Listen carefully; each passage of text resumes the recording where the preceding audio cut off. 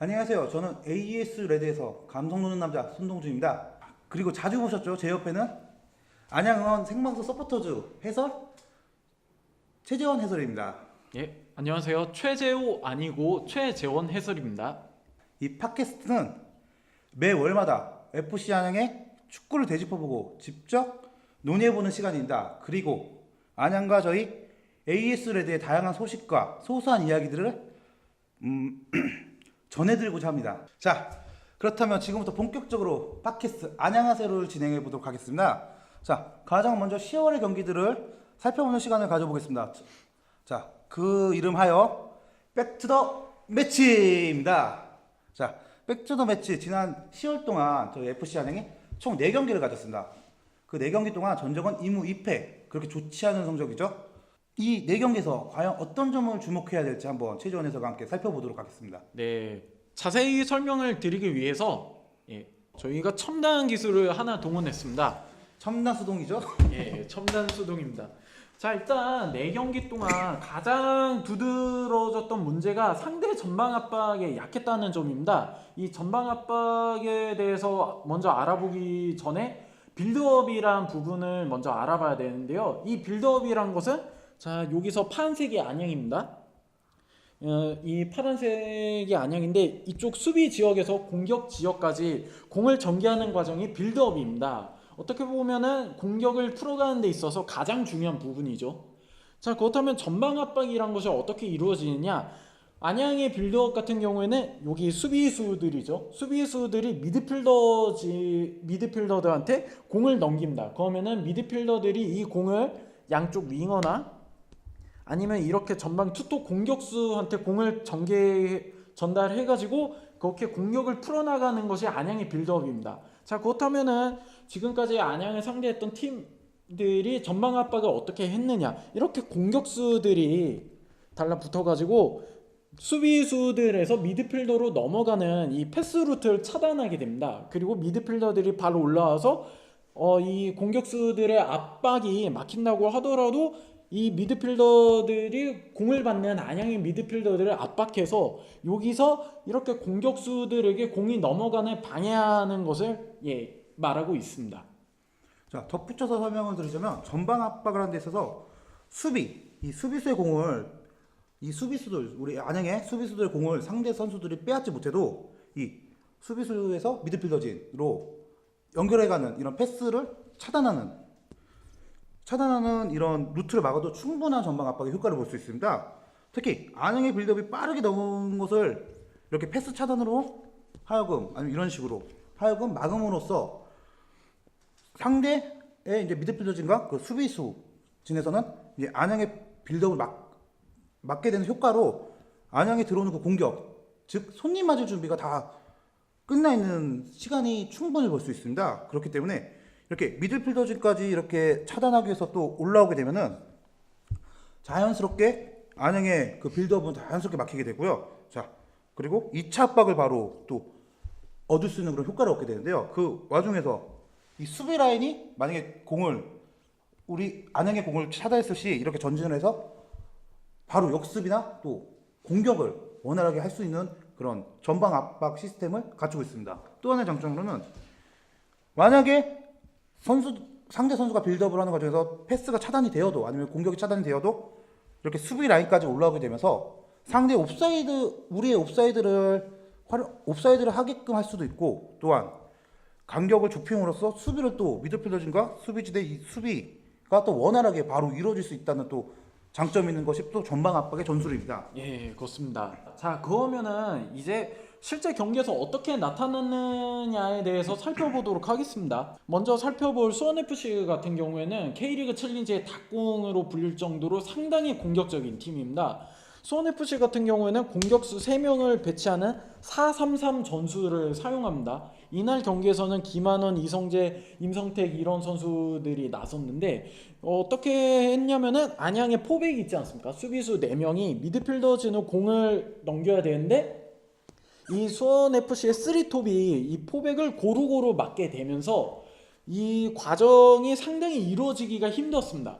그래도 안양 수비수들이 이 3명의 압박을 벗겨내고 이렇게 두 명의 중앙 미드필더, 이 두 선수가 안양 빌드업에서 가장 중요한 역할을 하고 있습니다. 뭐 최진수 선수, 박정식 선수, 정재홍 선수, 정다슬 선수가 이렇게 있는데 이 선수들한테 공이 넘어간 다음에 이렇게 공격진으로 공이 넘어가거든요. 하지만 수원FC 같은 경우는 이걸 막기 위해서 유수영, 김봉광 선수를 이렇게 전진 배치하면서 이 선수들을 막았고, 동시에 이 수원FC의 3톱이 바로 수비에 가담하면서 이 두 명의 미드필더들을 아예 묶어버리는 이런 효과를 얻게 되었습니다.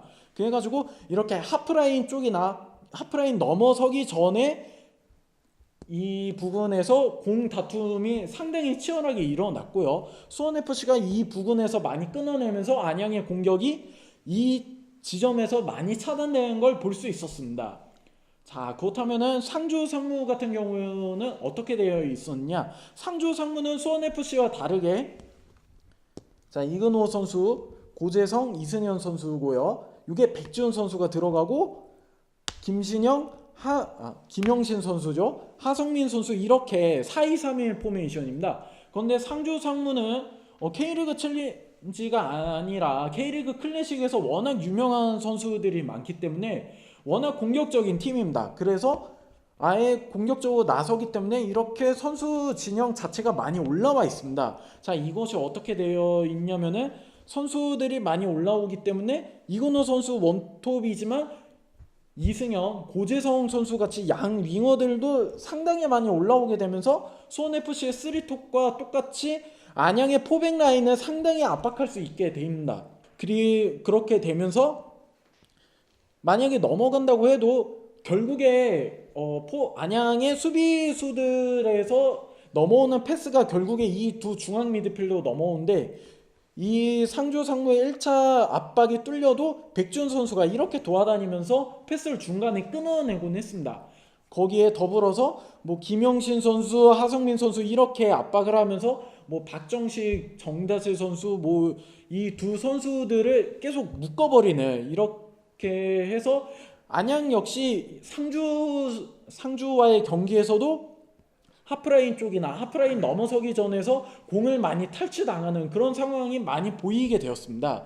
즉 수원FC와 상주 상무의 경기에서 양 팀의 그런 포메이션이나 전술에는 차이가 있었지만 결과적으로 3명이 안양의 포백 라인을 압박하고 그 다음으로 미드필더들을 활용해서 이 두 중앙 미드필더들이죠. 안양 빌드업에서 핵심이 이 두 중앙 미드필더를 아예 봉쇄해버리는 이런 결과를 낳았기 때문에 안양의 공격이 잘 이어지지 못했고 결국에 이 하프라인을 넘어서기 전에 차단되는 모습이 많이 보였습니다.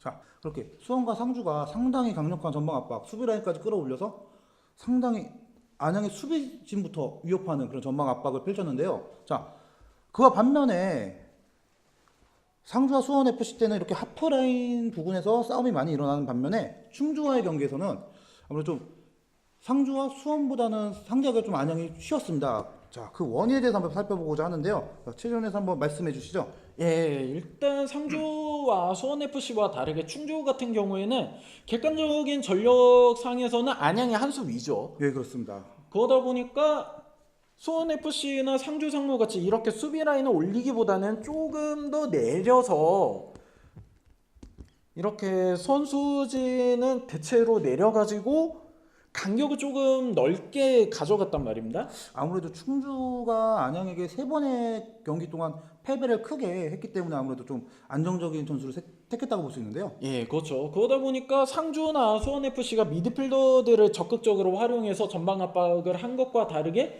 충주는 전방의 투톱, 이 두 선수들로 전방 압박을 할 수밖에 없었단 말입니다. 하지만 게다가 또 충주가 가지고 있던 가장 큰 문제는 일단 투톱 자체가 포백 라인을 상대로 고루고루 커버하기가 힘이 듭니다. 아무래도 체력적인 부담도 클 수밖에 없는 움직임이죠. 예, 그렇죠. 그리고 투톱이 안양의 4명의 수비수들이 주는 패스 루트를 골고루 막기가 힘듭니다.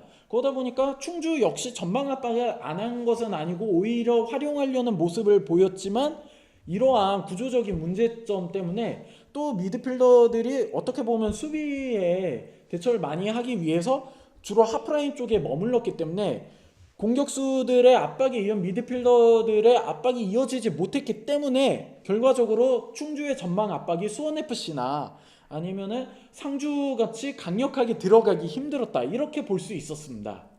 자, 아무래도 상주가 K리그 클래식에서 기량이 좀 있었던 선수, 좀 더 아니죠. 많이 있었던 선수들을 예, 특히 이근호 선수. 그렇죠. 아무래도 예. 국가대표 이근호 선수가 있다 보니까 그런 기량 있는 선수들을 보유하다 보니 전방 압박도 상당히 강력한데 또한 피지컬 또한 아무래도 FC 안양보다 우세하다 보니 이렇게 전방 압박을 전 라인이 시도하면서 패스 루트와 모든 안양의 공격을 차단하는 움직임에 더해서 피지컬을 이용해서 아무래도 점유율까지 또한 가져가려는 그런 움직임과 전술이 있다 보니 아무래도 안양이 좀 대처하기 힘든 그런 상대였기도 하였습니다. 그렇습니다. 반면에 충주는 앞서 말한 그 두 팀과 달리 안양의 공격이 그 두 팀에 비해서 원활할 수 있었던 이야기는 제가 아마 최지원 해설이 앞서 말한 거와 좀 동일한 부분인데요. 아무래도 안양의 수비 라인에서 이어져가는 미드필더진에서 이어져가는 패스를 차단하기 위해서 충주 이 공격진 두 명이 전방 압박 시도하였지만 아무래도 지난 세 번의 안양과의 경기에서 크게 대패를 했던 것이 영향일지 모르겠습니다만 좀 많이 적극적으로 올라오는 모습을 안 보였어요. 예, 오히려 미드필더진이. 내려앉았죠 좀. 그렇죠.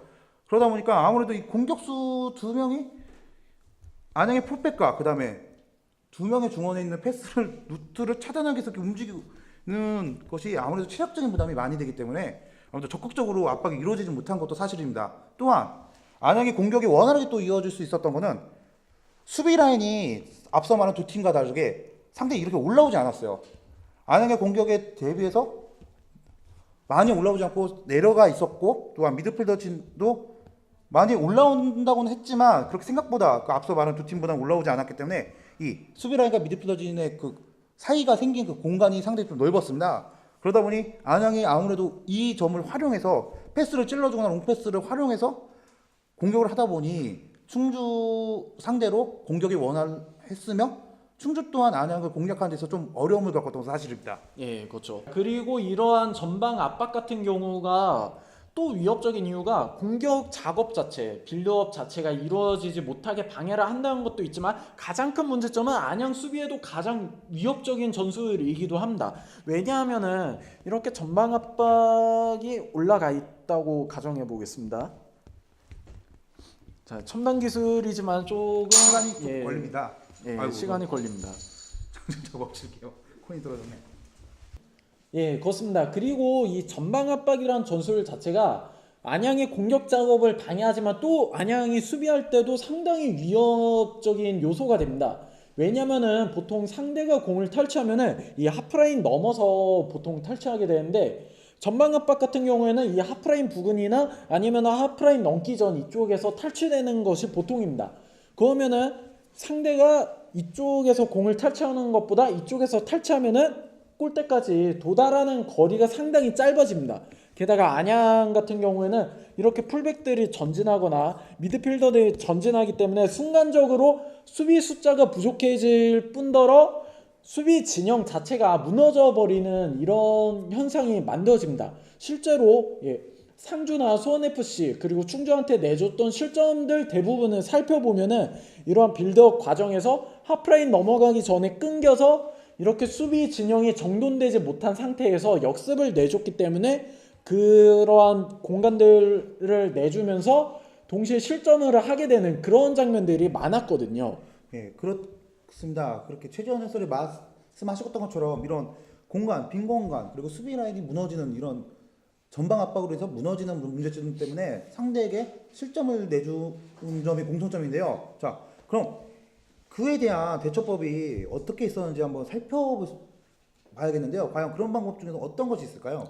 예, 우선은 FC 안양의 축구를 보자면은 롱패스를 활용하는 축구보다는 짧게 이렇게 소위 말해서 썰어가는 축구입니다. 흔히 말해서 뭐 바르셀로나의 티키타카 그렇죠. 아니면 패싱 플레이가 주도되는 그런 티키타카. 패싱 축구를 표방하고 있는데 이러한 패싱 축구를 조금 더 발전시키는 것이 가장 좋은 방법 중에 하나입니다. 아무래도 고기도 먹어본 놈이 잘 먹는 거다 보니까 계속 먹던 대로 먹으면 좋지 않습니까? 그렇습니다. 그렇게 말씀을 하시자면 그렇다면은 뭐 바르셀로나 사비나 이니에스타 같은 좋은 중원을 강력하게 옮길 수 있는 외국 선수를 영입해야 된다는 말인가요?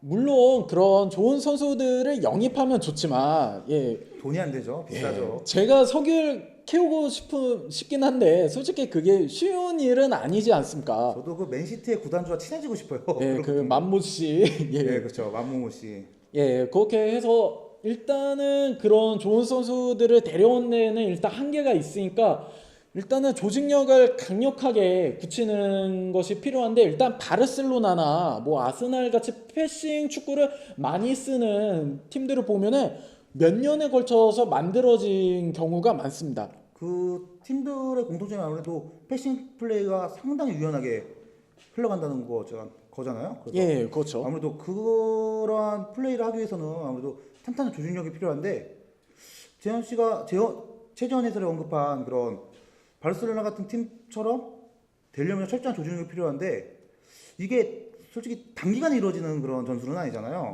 그렇습니다. 그래서 어떻게 보면 길게 몇 년을 두고 봐야 하는 사안이라고 생각합니다. 일단은 여기서 제가 제안하고 싶은 전술적인 요소를 말씀드리자면은 일단은 안양이 4-4-2로 나오지 않습니까? 주 전술로 사용하고 있죠. 그렇죠. 여기서 보통 일반적으로 4-4-2를 쓰는 팀들 맨체스터 유나이티드 뭐 지금은 약간 차이가 있습니다만 웨인 루니 선수나 뭐 칼로스 테베즈 이런 선수들 같은 경우 활용해서 이 투톱 중에 한 명을 내려보내 가지고 이 두 명의 미드필더 맨체스터 유나이티드 같은 경우에는 스콜스나 마이클 캐리 선수가 해당이 되는데 안양 같은 경우에는 최진수, 박정식, 정재용, 정다슬 선수가 포함되어 있습니다.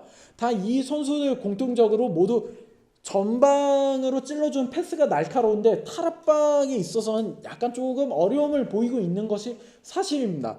그러면은 이렇게 투톱 중에서 한 명을 내려보내서 이 두 선수들을 지원해주는 방법, 그렇게 하면서 이 두 선수들이 탈압박을 할 수 있도록 도와주고 동시에 패스를 할 수 있는 그런 공간까지 만들어줄 수 있는 방법이 한 가지 있고요.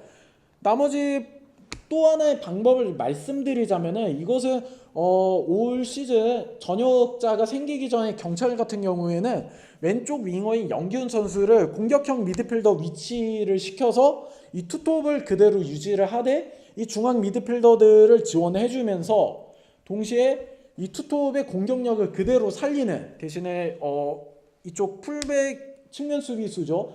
이렇게 과감하게 올라오면서 이 빈자리를 동시에 메워줄 수 있는 이런 방법도 있거든요. 저도 최지현 해설의 그 전술 활용에 대해서 적극 찬성하는 바이고요. 또 다른 방법으로 제가 또 생각하는 것 전술이 하나 있는데요. 그 바로 전술은 롱패스를 활용한 전술입니다. 그 전술은 주로 수원 FC가 사용하는 전술인데요. 자, 롱패스로 전술을 활용한 게 어떤 전술이냐? 자, 아무래도 상대가 전방 압박을 하게 되면은 모든 라인이 특히 상주나 수원 FC처럼 모든 라인이 이렇게 올라가게 됩니다. 수비진까지, 상대 수비진까지. 그렇죠. 그렇게 되면서 이 뒤에 지금 보이는 이 뒷공간, 이 그림에서 보이시죠? 이 뒷공간이 상당히 올라가게 되면서 많이 비게 됩니다.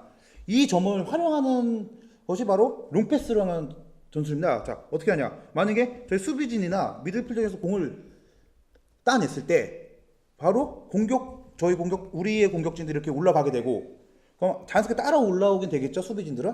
하지만 바로 정확한 롱패스를 이렇게 연결하게 되면은 이 바로 뒷공간에서 옵사이드 트랙 안 걸리는 선에서 이렇게 선수들이 달려가면서 받을 수 있게 됩니다. 그래서 받을 수 있게 되면 아무래도 FC 안양의 공격진 중에서 또 발 빠른 선수들이 있지 않습니까? 많죠. 김병호 선수나 김원민 선수, 뭐 박성진 선수도 발이 빠르고요. 그렇죠. 그런 선수들을 활용해서 재빠른 움직임으로 통해서 골을 노려본다든지 아니면 이완희 선수 같은 아니면 또 남궁 선수 같은 선수들이 만약에 롱패스를 받게 돼서 포스트 플레이를 통해서 머리로 떨궈주면서 그 뒤에서 따라오는 또 다른 공격수가 그 포스트 플레이를 통한 공을 받아내서 또 바로 골을 노려볼 수 있는 이런 롱패스를 활용한 선수를 또 볼 수 있습니다.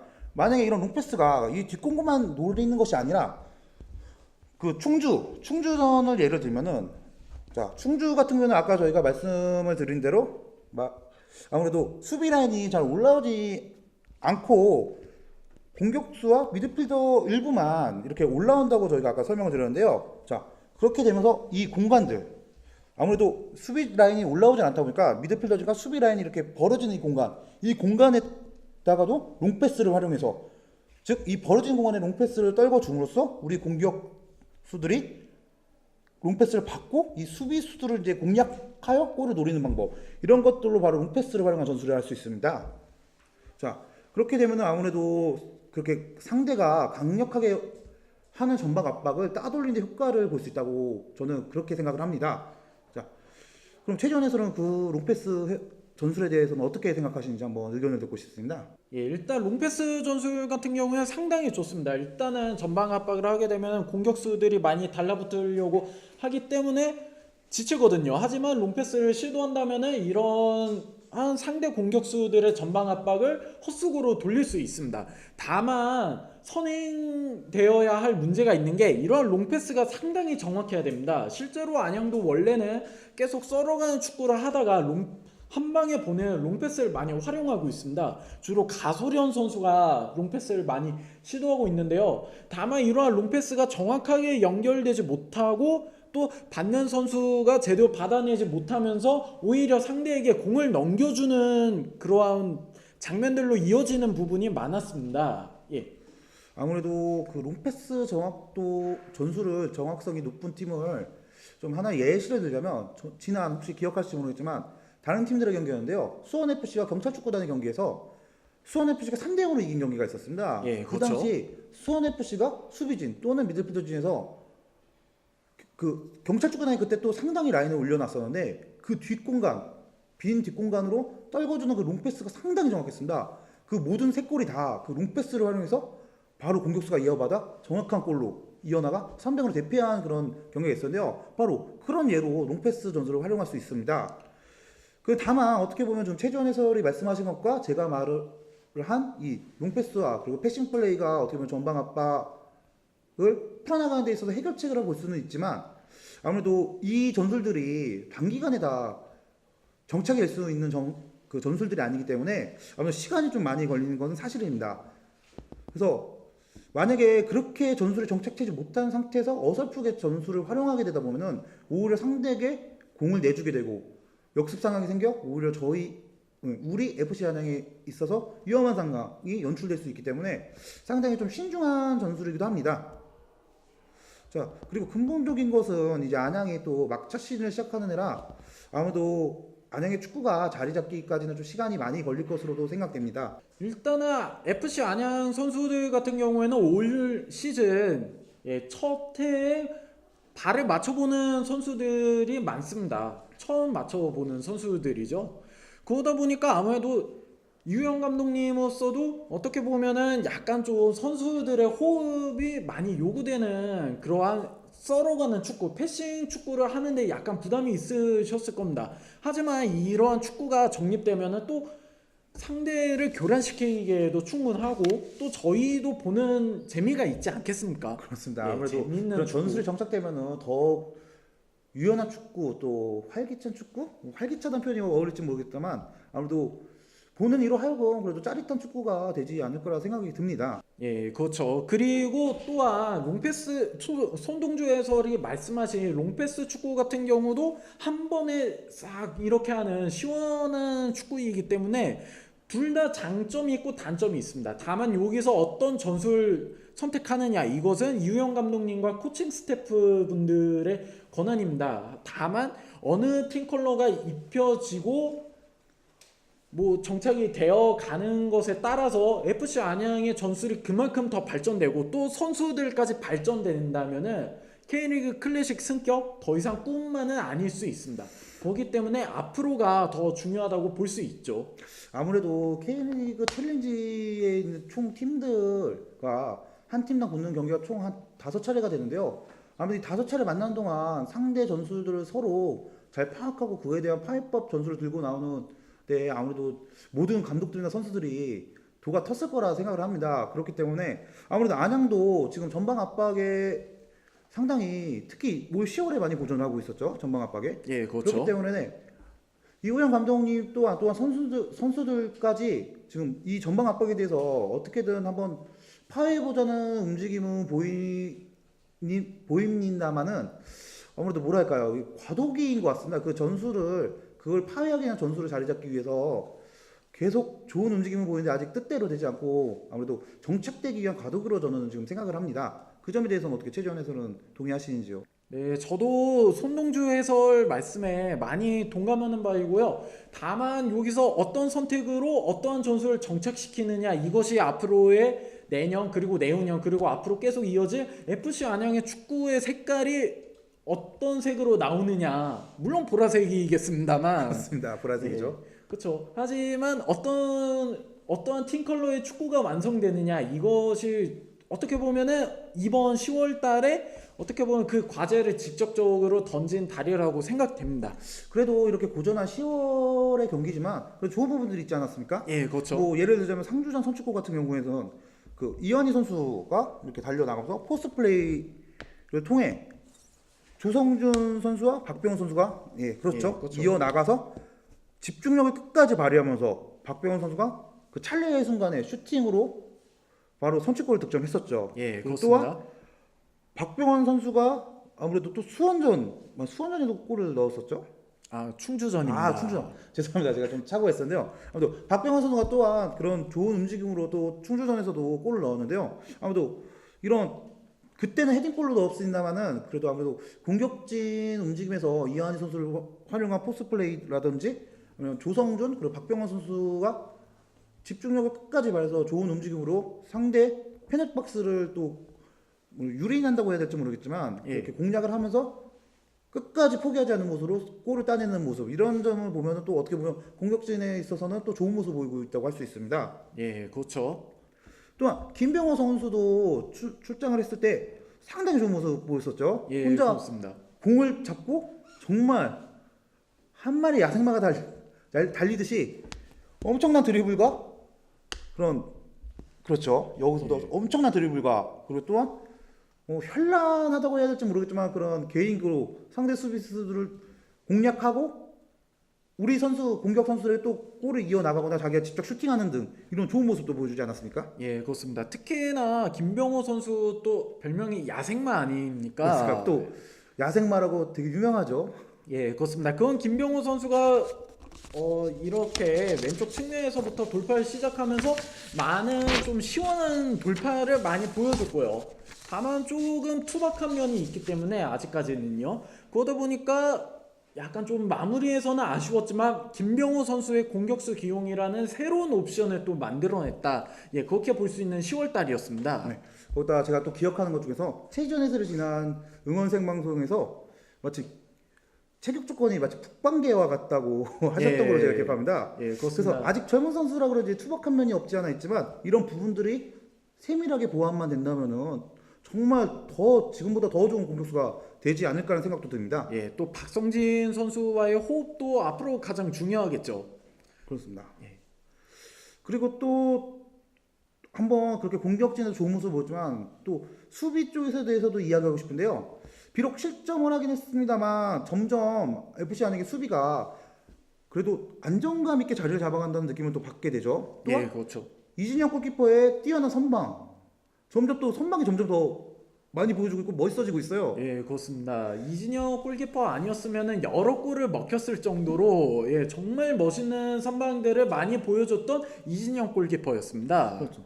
아무래도 저희 AS 레드의 골키퍼 서계자분인 그 김모 여성분이 한 분 계시는데요. 예. 그분이 이진영 선수가 선방할 때마다 한방 미소를 항상 띄우는데요. 그런 것처럼 이진영 선수가 상당히 이번 10월에서 특히 유독 상주전에서도 그렇고 뛰어난 선방을 많이 보여줬습니다. 아무래도 더 실점할 수 있는 거를 수비수와 또 협력해서 또 이진영 선수 혼자 정말 아슬아슬한 공도 많이 막아냈죠. 그렇죠. 그런 것처럼 좋은 모습을 보여주고 있는 FC 안양이긴 합니다만 지금 공격이나 수비수에 대한 좀 조직력과 움직임에 대해서는 약간 보강도 필요한 것은 사실입니다. 예, 그렇습니다. 아쉬운 부분도 있지만 그래도 가소련 선수가 또 많이 발전하는 모습을 보여주고 있고 또 노련미로 승부를 내는 김효준 선수 주장이죠. 그리고 변성환 선수, 이런 선수들이 있기 때문에 또 앞으로 수비진이 점차적으로 자리 잡아갈 것으로 보이고요. 또 이으뜸 선수도 많은 발전을 보여주고 있지 않습니까? 아 그렇습니다. 예. 신인데도 불구하고 정말 패기 있는 모습 보여주고 있죠. 예, 그렇죠. 그렇기 때문에 FC 안양의 수비진도 얼마 안 남았지만 그래도 앞으로 정돈되는 모습을 많이 보여줄 것으로 기대해봐도 좋을 것 같습니다. 예, 그렇습니다. 지금까지 10월 동안 있었던 FC 안양의 경기들을 좀 어떻게 보면 저희가 좀 첫 해다 보니까 정신없이 좀 어떻게 잘 들으셨는지 모르겠는데요. 좀 정신없이 정리하다 보니 어떻게 좀 약간 두서가 없었 이야기일 수도 있었습니다만 지금까지 얘기한 걸 한번 간략하게 정리해 보자면은 10월 상대 팀들이 아무래도 모든 상대 팀들이 다 전방 압박을 사용을 했죠. 그래서 전방 압박을 사용함으로써 그에 대한 안양이 중앙 미드필드, 즉 수비수에서 미드필더진으로 연결되는 패스가 차단되거나 아니면 그런 패스를 통한 빌드업이 미드필드에서 또 공격적으로 넘어가는 빌드업 또한 차단되면서 어려운 경기를 이어나갔습니다. 그래서 동시에 이 미드필더진이 수비수의 패스를 받지 못하니까 또 압박에 의해서 또 고립되다 보니까 이렇게 좀 어려운 공격을 이어나갔고 또 쉽게 공격을 하지 못했습니다. 그리고 또 공을 빼앗기는 움직임이 대부분 하프라인에서 또 이루어졌기 때문에 아무래도 상대가 또 빠른 역습을 허용하는 점도 있었고 또 그로 하여금 실점으로 이어지는 장면도 꽤나 있었습니다. 자, 이에 대해서 제가 정리를 했는데 최재원 해설도 한번 더 덧붙여서 정리를 해주시면 어떠시겠습니까? 예, 뭐 핵심적인 얘기는 다 손동주 해설께서 말씀하셨는데 물론 뭐 어떻게 보면 쉽게 해결할 수 있는 문제는 아닙니다. 왜냐면은 안양의 전술이나 그런 부분들에 대해서 보강이 많이 이루어져야 되는 그런 문제들이니까요. 다만 내년에도 시즌이 이어지고 내후년에도 시즌이 이어지지 않습니까? 그렇습니다. 앞으로 계속 시즌이 이어지죠. 예, 그리고 또 이번에 만났던 팀들이 또 앞으로도 계속 만나는 팀들이기 때문에 이러한 보강은 무조건 이루어져야 됩니다. 다만 저희 뭐 손동주 해설은 롱패스를 활용하는 방법, 저는 패싱 축구를 그대로 밀고 나가자 이렇게 말씀드렸는데 과연 이 두 가지 중에 어떤 것을 선택하느냐, 이것을 올 시즌 끝까지 뿐만 아니라 내년에도 한번 계속 살펴보면은 더욱 재밌게 볼 수 있지 않을까, 예, 그런 생각이 듭니다.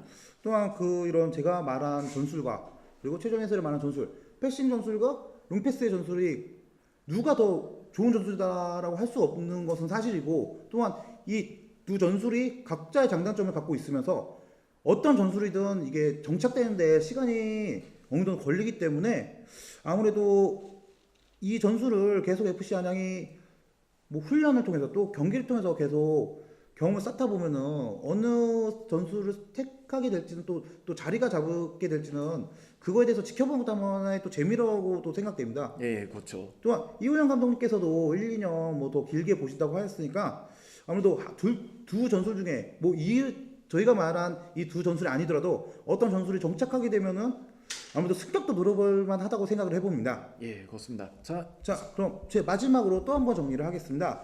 10월 동안 상대 전방 압박에 대한 대처가 아쉽었던 경기였고요. 또 그 전방 압박으로 인해서 FC 안양의 공격이 원활하게 쉽지 않게 이어지지 못했다는 것이 컸습니다. 그리고 또 그런 경기들의 연속이었고요. 10월은 아무래도 또한 충주에게 두 번의 무승부와 또 수원FC에게 당한 패배가 아무래도 좀 앞으로 3위 싸움을 노려보는 안양에 있어서 약간 좀 큰 치명타라고 좀 볼 수 있겠죠. 또 치명타라고 볼 수 있었고요.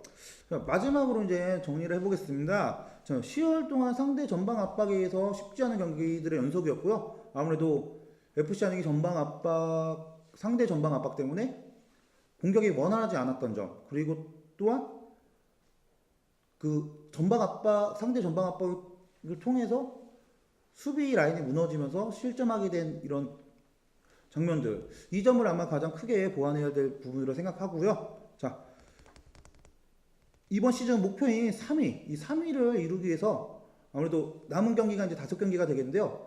이 5경기 중에서 3승 이상은 거둬야 아무래도 안정권에 그리고 또 3위를 목표로 노려볼 수 있다고 생각을 합니다. 자, 이것으로 백투더 매치였죠? 예, 그렇죠. 백투더 매치 이상으로 마치겠습니다. 자, 어떻게 보셨는지 모르겠는데요.